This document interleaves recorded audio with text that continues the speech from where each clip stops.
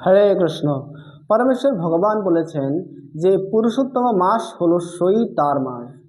পরমেশ্বর ভগবান শ্রীকৃষ্ণ নিজের নাম অনুসারে এই মাসের নাম, মল মাসের নাম দিয়েছেন পুরুষোত্তম মাস। এই পুরুষোত্তম মাসের পদ্মিনী নামে এক একাদশী রয়েছে। আজ আমরা পদ্মিনী একাদশীর সম্পর্কে বলবো। এই পদ্মিনী একাদশীর কথা যুধিষ্ঠির পরমেশ্বর ভগবান শ্রীকৃষ্ণকে বললেন, হে পরমেশ্বর ভগবান, কৃপা করে পুরুষোত্তম মাসের একাদশীর পদ্মিনী একাদশীর কথা আমাকে বলুন। তখন ভগবান শ্রীকৃষ্ণ বললেন, হে মহারাজ যুধিষ্ঠির, পদ্মিনী একাদশী মূলত শুরু হয় দশমীর দিন থেকে।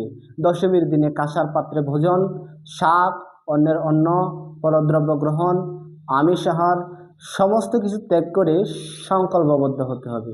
পরের দিন একাদশীর দিনে ভগবান শ্রীকৃষ্ণের জন্য, ভগবান নারায়ণের জন্য ধূপ দীপ সহ সমস্ত সুগন্ধি সহকারে ভগবান নারায়ণের পূজা করতে হবে। ভগবানের গুণকীর্তন, গুণ মহিমা শ্রবণের মাধ্যমে রাত্রি যাপন করতে হবে। এভাবে পদ্মিনী একাদশী ব্রত পালন করবে। এই পদ্মিনী একাদশী সম্পর্কে একটা অপূর্ব কাহিনী শোনা যায়। পূর্বে যা পুলস্ত্য মুনি নারদ মুনিকে বলেছিলেন। একবার মহারাজ কার্তবীর্য লঙ্কা অধিপতি রাবণকে পরাজিত করে তাকে বন্দিশালায় বন্দী করে রাখলেন।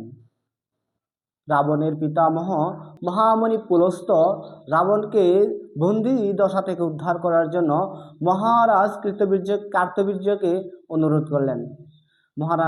মহামণি পুলস্ত্যের অনুরোধে মহারাজ কার্তবীর্য লঙ্কার অধিপতি রাবণকে বন্দিশালা থেকে মুক্ত করে দেন। এই ঘটনা দেখে মহামণি নারদ পুলস্ত্য মুনিকে জিজ্ঞাসা করলেন যে, হে মুনিবর, কৃপা করে বলুন যে 10 দিক বিজয়কারী রাবণ কিভাবে কার্তবীর্যের কাছে পরাজিত হয়। রাবণ মহাশক্তিশালী হয়েও কিভাবে সামান্য কার্তবীর্যের কাছে পরাজিত হয়ে তার বন্দিদশায় আটকে গেল। তখন মহামণি পুলস্ত্য বললেন, হে মহামণি নারদ, কৃপা করে শুনুন সেই কাহিনী। ত্রেতা যুগের হৈহেয় বংশে মহারাজ কৃতবীর্য নামে এক রাজা বাস করত। কৃতবীর্য মহারাজের 1000 পত্নী। 1000 পত্নী হওয়ার সত্ত্বেও কৃতবীর্য মহারাজের উত্তরাধিকারী কেউই ছিল না, অর্থাৎ তার কোনো পুত্র সন্তানই ছিল না। এতে তার মনে অনেক দুঃখ ও ভারাক্রান্ত সর্বদাই বিরাজ করত। মুনি এবং ঋষিদের কথা শুনে মহারাজ এবং মহারানীরা বহু তপস্যা, বহু ব্রত অনুষ্ঠান করার ফলেও মহারাজ কোনো পুত্র সন্তানের মুখ দেখতেই পেলেন না। তখন মহারাজ কৃতবীর্য তার মন্ত্রীকে তার রাজ্যভার অর্পণ করে বনে তপস্যা করার জন্য সিদ্ধান্ত গ্রহণ করেছেন। মহারাজ হরিশ্চন্দ্রের পুত্রী পদ্মিনী ছিলেন মহারাজ কৃতবীর্যের একমাত্র একনিষ্ঠ পত্নী। মহারানী পদ্মিনী মহারাজ কৃতবীর্যের সাথে বনে যাওয়ার জন্য রাজি হলেন। তখন মহারাজ কৃতবীর্য এবং মহারানী পদ্মিনী বনে গমন করে 10,000 বছর তপস্যা করলেন। কিন্তু 10,000 বছর তপস্যা করেও তারা কোনো পুত্র সন্তানের মুখ লাভই করতে পারলেন না। তখন মহারানী পদ্মিনী মহাসাধ্বী মাতা অনুসূয়াকে প্রার্থনা করে বললেন, হে মাতা, কৃপা করে আমাদেরকে বলুন কিভাবে আমরা আমাদের এই সমস্যা থেকে মুক্তি পাব, কিভাবে আমার মহারাজের কৃতবীর্য পুত্র সন্তানের মুখ দেখতে পারবেন এবং কিভাবে তার বংশ রক্ষা হবে, তার একটা উপায় আপনি বলে দিন। তখন মাতা অনুসূয়া বললেন, হে মহারানী পদ্মিনী, কৃপা করে শুনুন। 32 মাস অন্তরে আমাদের মাঝে পুরুষোত্তম নামে একটা মাস আছে। ওই মাসে পদ্মিনী এবং পরমা নামে 2টো একাদশী থাকে। ওই 2টো একাদশী যদি আপনারা পালন করেন তাহলে আপনাদের মূল সমস্যার সমাধান হয়ে যাবে। তখন মাতা অনুসূয়ার কথা অনুসারে মহারাজা কৃতবীর্য এবং মহারানী পদ্মিনী খুব নিষ্ঠা সহকারে ওই পদ্মিনী এবং পরমা একাদশী ব্রত পালন করেছিলেন।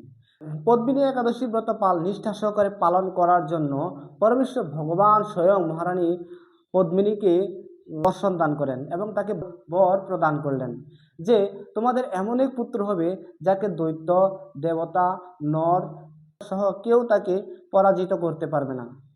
সঠিক সময়ে মহারানী পদ্মিনী এক সুন্দর, সুস্থ এবং বলবান পুত্রের জননী হলেন। তাদের পুত্রের নাম হয় কার্তবীর্য।